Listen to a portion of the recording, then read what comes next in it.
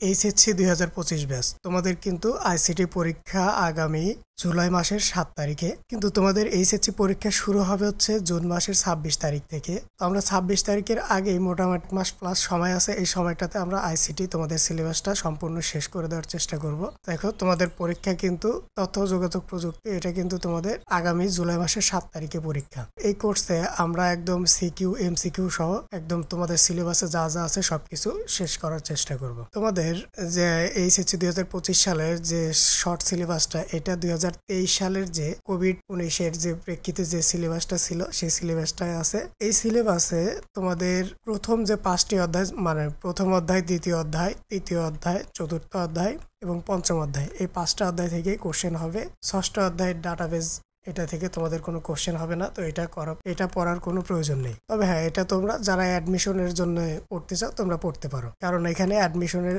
অনেক কোশ্চেন হয়। তো যাদের ভালো একটা প্রস্তুতি প্রয়োজন, যারা এখনো অনেক পিছিয়ে আছো, তোমরা এই পুরো সিরিজটা আশা করি দেখবা। পুরো সিরিজটা দেখলে অবশ্যই তোমাদের যে গ্যাপগুলো ছিল সেই গ্যাপগুলো পূরণ হয়ে যাবে।